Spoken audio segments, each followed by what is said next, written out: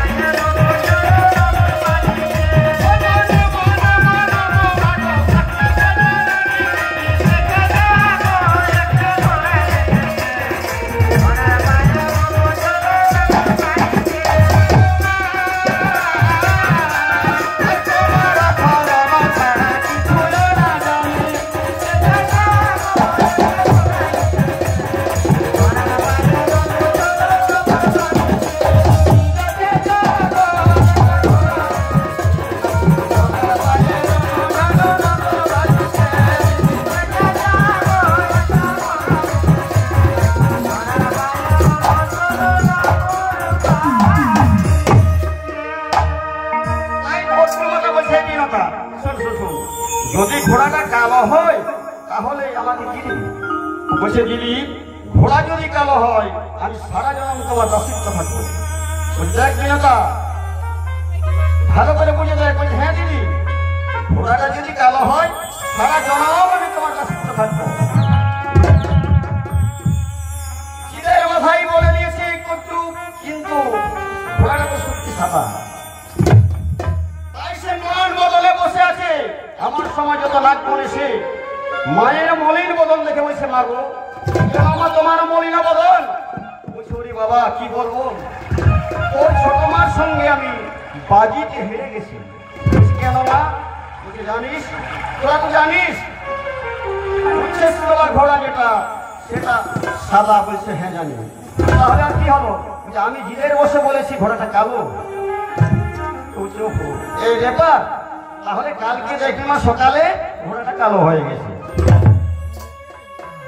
ওর দিল্লি যখন ঘোড়াটা আসে সমস্ত নাগগণ বিষ ঢেলে সেই ঘোড়াটাকে কালো করে দেয়। আর বক্রমতা কি বলছে, এই বিনতা শোন শোন শোনাই, আর দেখে যা ঘোড়াটা কালো না সাদা। বিনতা মা এসে দেখে ঘোড়াটা তো সাদা নাই কালো। বলছে বিনতা মনে আছে বাজির কথাটা? হ্যাঁ দিদি আসে। বলছে আজ থেকে তুই আমার দাসী, আর তোর পুত্র গরুর আমার ছেলেদের বাপ। আমি যেখানে যাব সেখানে তোকে নিয়ে যেতে হবে, আর আমার ছেলেরা কোথায় যাবে তোর পুত্রকে নিয়ে যেতে হবে। এইভাবে তাদের দিন কেটে যায়। একদিন বিনতা মাতা ছেলের কষ্ট দেখে কাঁদতে শুরু করেছে। এমন সময় গরু এসে উপস্থিত। বলছে মা গো কেন তোমার মলিন বদন মা? বলছে ওরে কি বলবো? তাই গরু বলছে বলো না কি?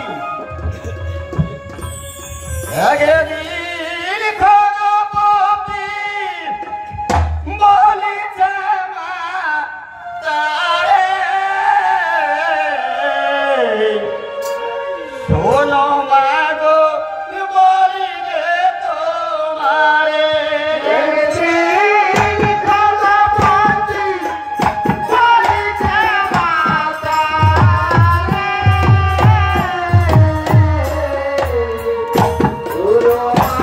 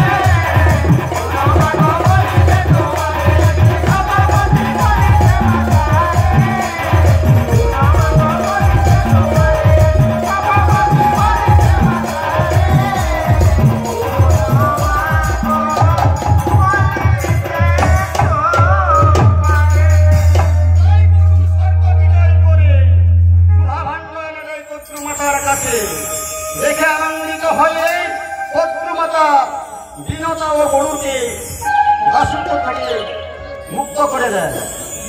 সাপেরা আনন্দিত হয়ে স্নান করতে গেছে, এসেই শুভাকাঙ্গ। কিন্তু দেবরাজ ইন্দ্র কি করেছে, সকলে সে একটা সুহা ভাণ্ড এনে আর সেখানে রেখে দেয়, আর সুহার ভাণ্ডটা নিয়ে চলে যায়। নাগগণ এসে দেখে সুহা ভাণ্ড পড়ে আসে, তাই তারা সমস্ত বেলা আর কুশের মূলকে চাটতে শুরু করেছে। চাটতে চাটতে তাদের জীব চিরা হয়ে যায়। সেই দিন থেকে নাগগণের জীব হয়ে যায় চেরা। তাই গদ্রু মাতা তার ছেলেদের অভিসম্পাদ করছে, ওরে গরু রেখা সত্য থেকে যুদ্ধ করে এনে দিলে তোদের অমৃত, আর তোরা সমস্ত নাগগণে মিলে সেটা ভক্ষণ করতে পারলি না। শোন আমার কথা শোন, আজ আমি তোমাদের অভিসম্পাদ দেব। কাপড়ের সর্বচক্ষে তোরা হবি নিধান। মায়ের অভিসম্পাদ শুনে নাগগণ অনশন তপস্যা করতে শুরু করেছে। তপস্যায় সন্তুষ্ট হয়ে আসছে ব্রহ্মা, বিষ্ণু, মহেশ্বর আর সমস্ত দেবতাগণ। এসে জিজ্ঞাসা করে বাসুকিকে বলে, ও বাসুকি নাগ, বলো তপস্যার কারণ বলো। বলছে, প্রভু আমাদের মাতা আমাদের করেছে অভিসম্পাদ। শোনো, অভিসম্পাদ করেছে, কি বলেছে? বলছে তারপরে সর্বযজ্ঞে নাগগণ আর বাঁচবে না, সবাই মরে যাবে। বলছে আচ্ছা আচ্ছা। তখন ব্রহ্মদেব ও বিষ্ণুদেব বাবা নীলকণ্ঠকে বলছি, প্রভু তোমাকে একটা কোনো ব্যবস্থা করে দিতে হবে। বলছি কি ব্যবস্থা? বলছি যেন নাগগণ জীবিত থাকে। ঠিক আছে। তাই বাবা ভোলানাথ নন্দীকে ডেকে বলছে, ওরে নন্দী শোন আমার কথা শোন। বলছে বলুন প্রভু। বলছে কাজ কর, আমার বিশ্বটা সাজিয়ে দে, আমি যাবো পদ্ম বলে পদ্ম ফুল তুলতে। বলছি ঠিক আছে, তবে শোন এই কথাটা কিন্তু যেন তোর মা না জানে, মানে চণ্ডী মাতা যেমন না জানে। ওরে সাজায় দে নন্দী বৃষভ বাহনে, আমি কমলা তুলিতে যাব কমলা কাননে। ওরে সাজায় দে নন্দী বৃষভ বাহনে, কমলা তুলিতে যাব কমলা কাননে। ওরে সাজায় দে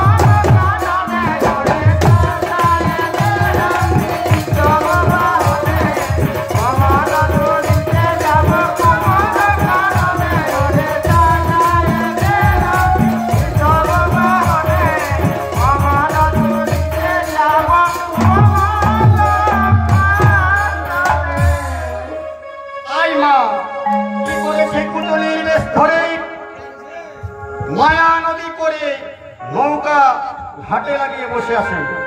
এমন সময় ভোলানাথ সেখানে ভাং সিদ্ধি সেবন করে সেই নৌকা দিকে চেপে দিয়েছেন আর বলছে, ও সুন্দরী, কে তুমি?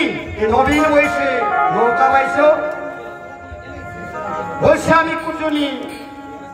বলছে, আচ্ছা আচ্ছা, তাহলে তোমার ঘরে আর কে কে আছে? বলছে, আমার ঘরে আর কেউ নেই। তাই ভোলানাথ কুচুনির উপর অপব্যবহার করতে চায়। তখন মা কি করেছে? কোথায় নদী, কোথায় নৌকা, কোথায় কুচুনি সুন্দরী? এমন সময় সে পালিয়ে গেছে। ভোলানাথ দেখে নদীও নেই, নৌকাও নেই, আর সুন্দরীও নেই। তাই ভোলানাথ কি করেছে গো? কমল ফুল তুলতে চলে যায় পদ্ম বনে। সেখানে গিয়ে দেখে অপরূপ ফুলসজ্জা। সেই ফুলসজ্জা দেখা মাত্র তার সেখানে বিশ্রাম নিতে মন চেয়েছে। তাই এমনি না বসেছে সেই ফুলসজ্জায়। অমনি বাবা ভোলানাথের শরীর থেকে ঘাম ঝরতে শুরু হয়েছে। মধ্যাহ্ন নেত্রের ঘাম যখন মুছেছে, সেই ঘাম থেকে জন্ম নিয়েছে অপরূপ কন্যা, নাম তার নেতা। তাকে পৌঁছে দেয় সেই কৈলাস পর্বতে। এরপর গিয়েছে বিল্লা ফুল তুলতে। সেখানে মা ভবানী বিল্লবৃক্ষ হয়ে দাঁড়িয়ে আছে। আর দেখে একটি দিককে দুইটি বিল্লা ফল দেখে ভোলানাথ বলছে, বিল্লা ফল আমাকে তুলতেই হবে। এই না বিল্লা ফলে হাত দিয়েছে, অমনি বাবার কান লেগেছে আর মহাবীর্য স্ফুরিত হয়ে গেছে। তাই তা হস্তে ধারণ করে পদ্ম পাতায় স্থাপন করে সেই বীর্য মৃণালে বাহিয়া চলে যায় পাতালে। সেখানে এক নাগ তাহাকে আহার বস্তু মনে করে ভক্ষণ করে ফেলে। কিন্তু মহাদেবে মহাবীর্য পেটে রাখার মতো সেই নাগের ক্ষমতা নেই। সেই পেটের যন্ত্রণায় বাসুকির কাছে ছুটে গেছে আর বলছে, দিদি আমার মুশকিল হয়ে গেছে। কি হয়েছে? বলছে, আমি একটা বস্তু খেয়ে ফেলেছি, আমার পেটে আর কোনোরকম রাখতে পারছি না। তাই সেখানে সে বমি করে দেয় আর বাসুকিকে দেয়। বাসুকি না ভেবে দেখছে এটা কি জিনিস। তাই পিতা ব্রহ্মাকে স্মরণ করেছে। ব্রহ্মদেব এসে উপস্থিত হয়ে বলছে, বাসুকি আমায় স্মরণ করেছে কেন? বলছে, শোনো পিতা, আমার এই বোন এই বস্তুটা খেয়েছিল, দেখো তো এটা কি বস্তু। ধ্যানস্থ করে ব্রহ্মদেব দেখে এটা মহাদেবের মহাবীর্য। বলছে, ঠিক আছে, এটা সামান্য বস্তু নয়, এটা আমি নিয়ে যাচ্ছি। আর সেই মহাব্রহ্ম থেকে ব্রহ্মদেব তৈরি করে এক অপরূপ কন্যা, নাম তার পাতালে কুমারী।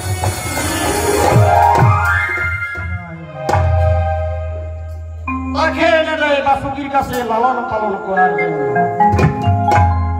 আর দিনকে দিন শুক্লপক্ষের চন্দ্রমার মতো বাড়তে থাকে। যখন বয়স তার 10 বছর, তখন একদিন পদ্মাবতী বলছে, ওগো, কি আমার মাতা, কি আমার পিতা, আমাকে বলে দাও, আমি পিতৃ দর্শন করতে চাই। তাই আবার সেই ব্রহ্মদেবকে স্মরণ করছে বাসুকি। ব্রহ্মদেব এসে বলছে, কি হয়েছে বাসুকি? বলছে, পদ্মাবতী তার পিতৃ পরিচয় চেয়েছে। বলছে, ঠিক আছে, কালকে আমি পদ্মাবতীর পিতার সঙ্গে মিলন করে নেব। তাই তারা চলে যায় সেই পদ্মবনে। পদ্মবনে গিয়ে আর বসে থাকে।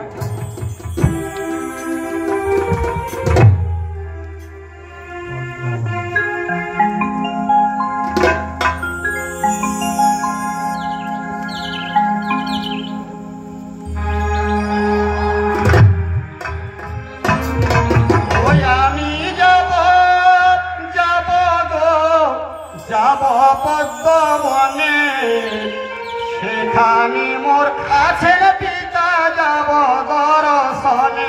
আমি যাব যাব যাব পদ্মবনে, সেখানে মোর আছে পিতা, যাব দর্শনে। আমি যাব যাব যাব পদ্মবনে, সেখানে মোর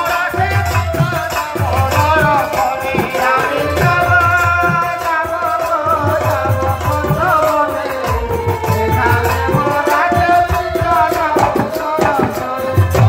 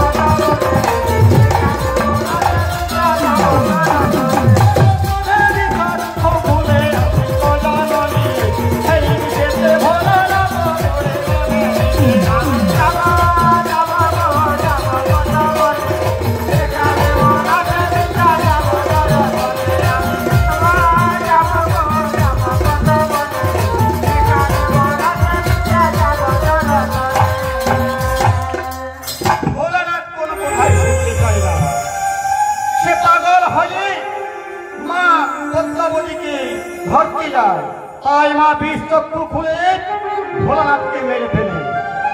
এই ঘটনা দেখে ব্রহ্মদেব আর থাকতে পারলো না, তাই সে ছুটে এসে বলছি, মা গো এগুলি কি করলে মা?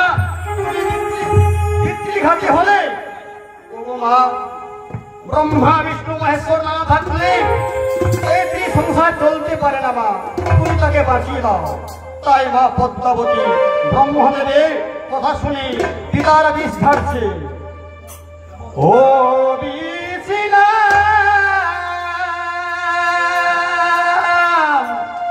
নাম রে শীঘ্র নেমে আই। শিব ঠাকুর ডাকে তোরে আর মন সামায়।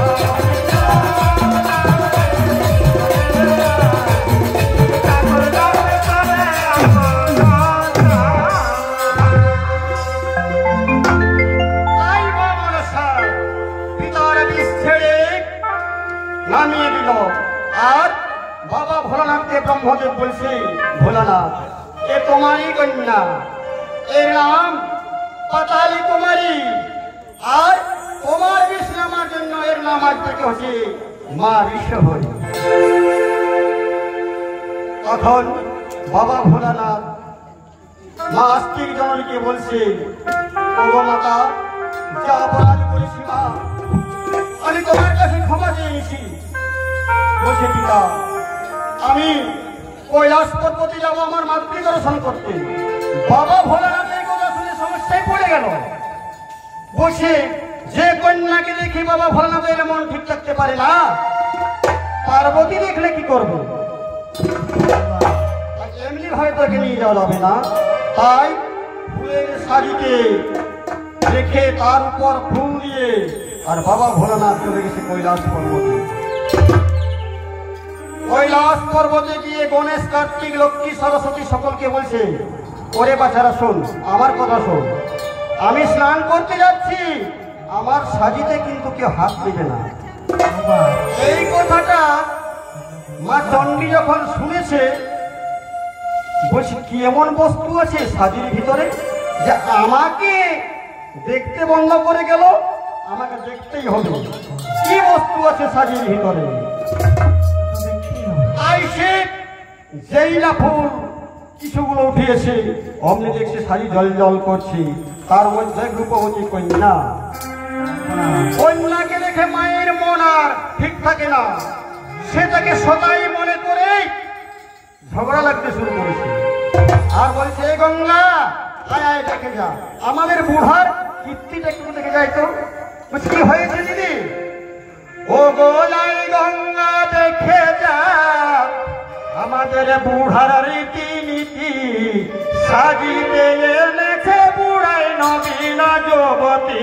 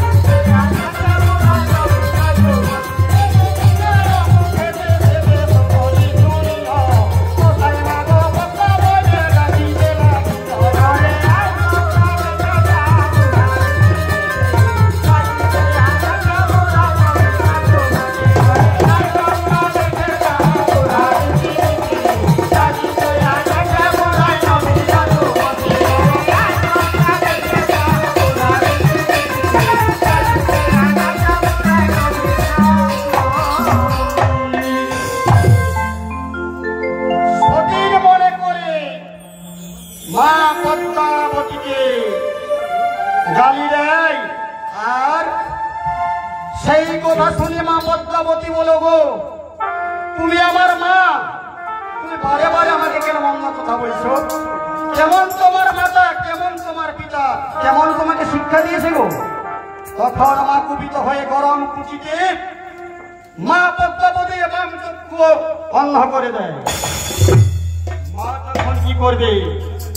চোখের যন্ত্রণায় কচুবনে গিয়ে বসে থাকে। আর সেখানে পদ্মাবতী যায় শাক তুলতে। সুযোগ পেয়ে সেচ মাছি রূপে পদ্মাবতী পার্বতী মাকে দংশন করে, আর সেই বিষে মা ঘড়িয়ে পড়ে।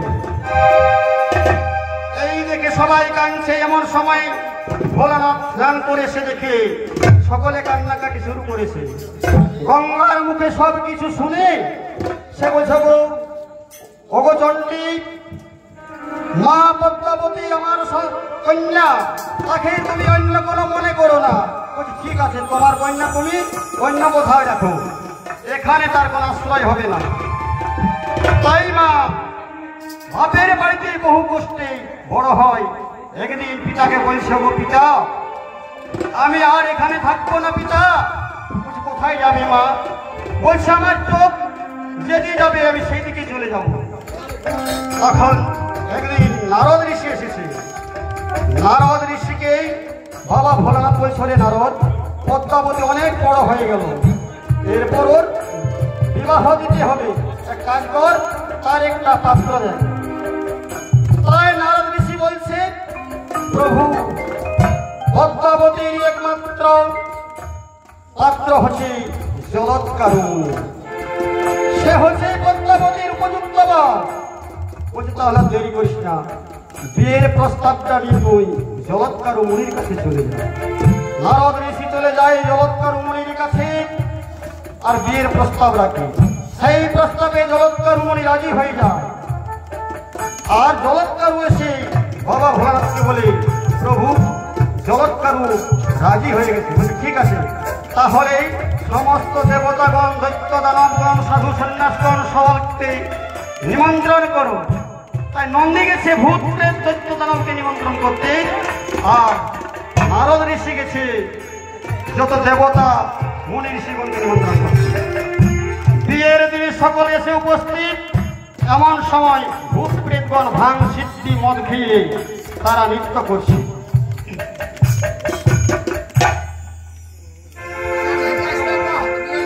ভাই নন্দী নাচে, ভিঙ্গি নাচে,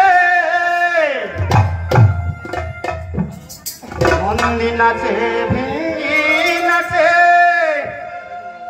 নাচে যত ভূতগণ। নন্দী নাচে, ভিঙ্গি নাচে, ভোলে নাচে যত ভূতগণ। সিদ্ধির সাই সবে কাচার খাই, ভান সিদ্ধির সাই সবে কাচার খাই। তাদের কান্ন দেখে হাসি পাই রে, ওনাটা পদ্মাবতীর বিহাই সবাই সোহাই। মনের আনন্দেতে গীত গাই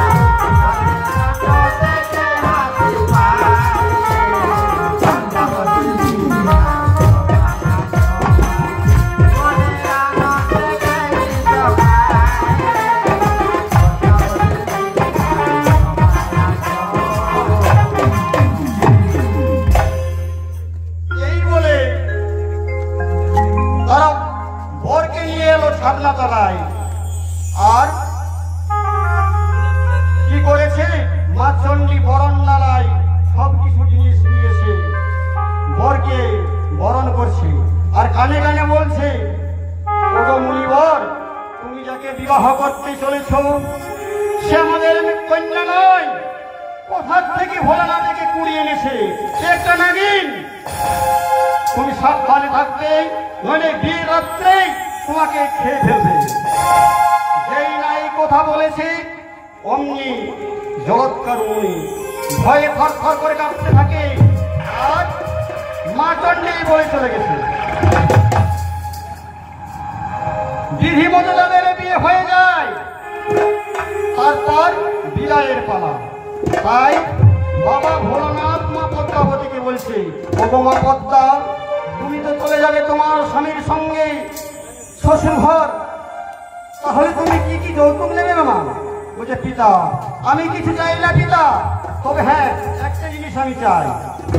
এই যে আপনার এখানে বসে আছে পদ্ম সংখ্যা মুনি, তাকে আমি সেবক রূপে পেতে চাই পিতা।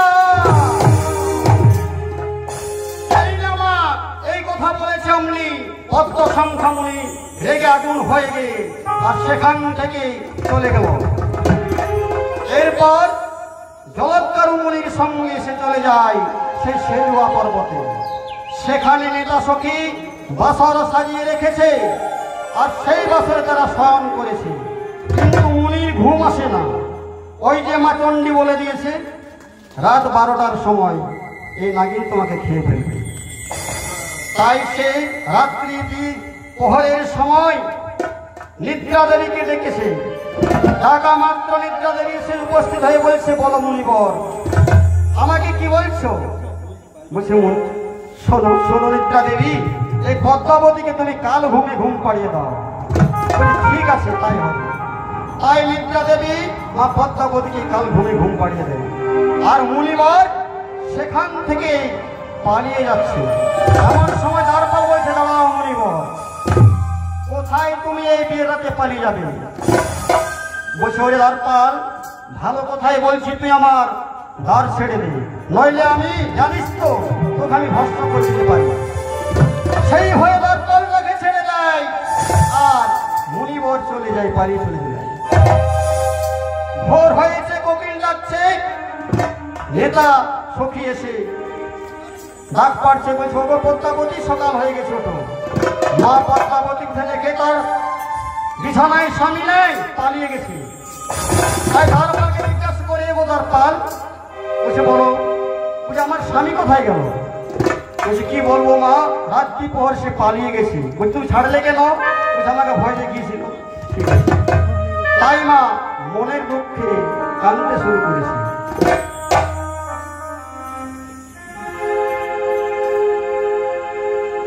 আমায় ছেড়ে ওগো স্বামী কোথায় চলে গেলে,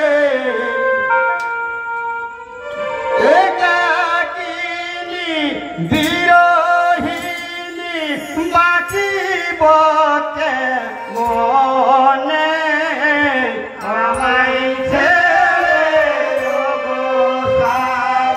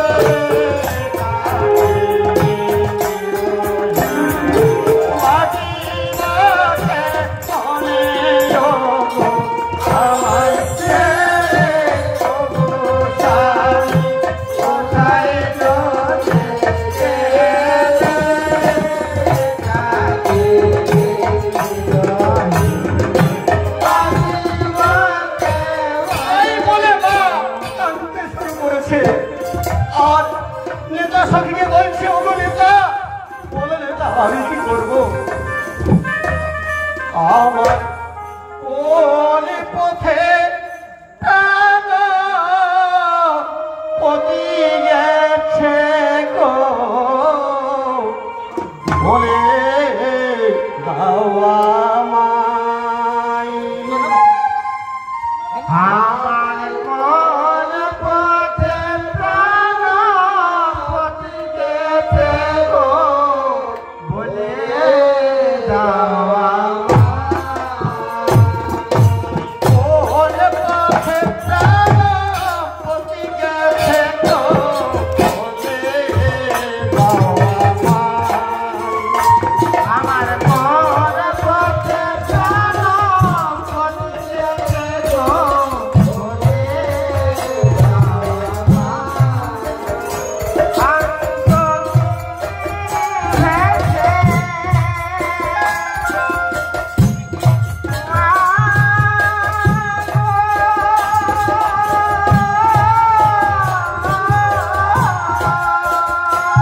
আমি তোকে নিয়ে দেশে যাব সে দেশে বলো বলো তো কি করি উপায়। আমি তোকে নিয়ে দেশে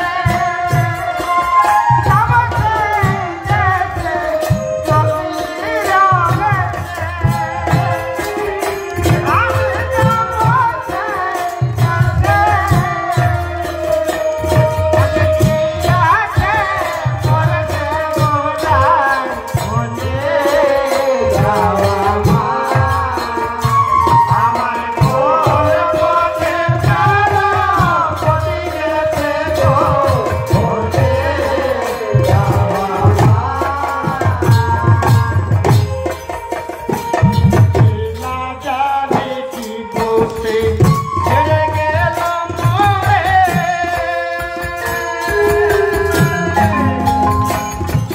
না জানে কি থেকে বলে দিল তারে, না জানে কে কি বলে দিল তারে।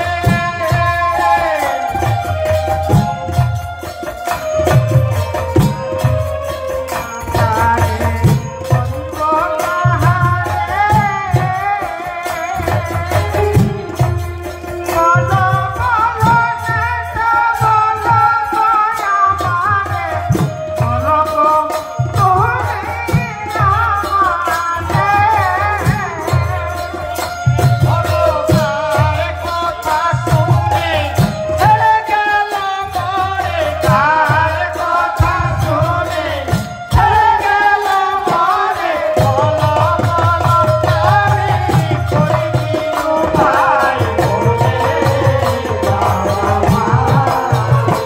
আমার কোন পথে প্রাণ পতি গেছে গো বলে দাও আমায়। এইভাবে কাঁদতে শুরু করেছি। এরপর নেতা বলছে গো কেঁদে কোনো লাভ হবে না, চলো আমরা কৈলাস পর্বতে পিতার কাছে যাই। তাই তারা দুজনে চলে যায় কৈলাস পর্বতে। আর ওদিকে মা চণ্ডী তো জানে কি ঘটেছে, সেটা মা জানে। তাই বাবা ভোলানাথকে বলছে, এই যে স্বামী এসে দেখে যাও তোমার কন্যার কাণ্ড। পতিকে খেয়ে একলা একলা আবার বাপের বাড়িতে ফিরে আসছে। ভোলানাথ দেখে বলছে, দাঁড়াও মা পদ্মা, এই কৈলাস পর্বতে আর তুমি প্রবেশ করো না। বুঝি কেন পিতা? বলছো বউ, তুমি যে কাল তোমার স্বামীর সঙ্গে শ্বশুর বাড়ি গেলে, আজকে একা একা ফিরে কেন? বলছে পিতা, কি বলবো পিতা, মুনিবর আমাকে ছেড়ে পালিয়ে গেছে। বলছে আমি কোনো কথা শুনতে চাই না মা। যেদিন তুমি তোমার স্বামীকে নিয়ে আসবে সেই দিন তোমার জন্য কৈলাসের দ্বার খোলা থাকবে। তাই বা মনের দুঃখে নেতার সঙ্গে চলে যায়। আর নেতাকে বলে, বলো নেতা আমি কি করি উপায়, কেমন ভাবে আমি আমার স্বামীকে ফিরে পাবো? বলছে দেবী তুমি কোনো চিন্তা করো না, তুমি এক কাজ করো, তুমি মোহিনী রূপ ধারণ করে আর রাস্তার মাঝে ফুল ও মালা বিক্রি করো, মুনিবর নিশ্চয়ই পথ দিয়ে পার হয়ে যাবে। তাই মা মোহিনী রূপ ধারণ করে রাস্তার মাঝে ফুল বিক্রি করছে তোমরা মালা নিবে গো বিনা সুতার মালা এ মালা গলাই দিলে রই না কোনো জ্বালা তোমরা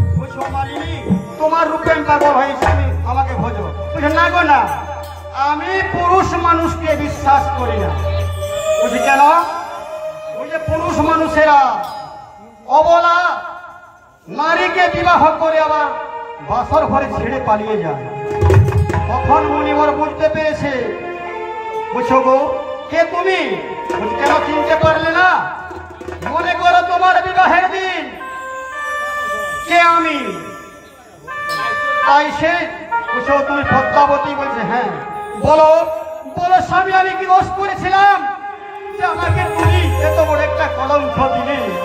বলছি পদ্মা, আমার কোনো দোষ নেই পদ্মা, মা চণ্ডী আমাকে ভুল বুঝিয়ে দিয়েছিল যে তুমি নাকি বিয়ের রাত্রে তুমি আমাকে খেয়ে ফেলবে। বুঝছো, মা চণ্ডী বলে দিল আর তুমি পালিয়ে গেলে। বলছে এখন কি করা হবে? বলছে না পদ্মা, আমি আর ওই ভুল করবো না। তাই পদ্মাবতী ও জলৎকারুর মিলন হয়ে যায় আর তাদের কোলে জন্ম নেয় একটা সুসন্তান, নাম রাখে তার আস্তিক মুনি। আস্তিক মুনি রক্ষা করবে মাতৃকুল পিতৃকুল।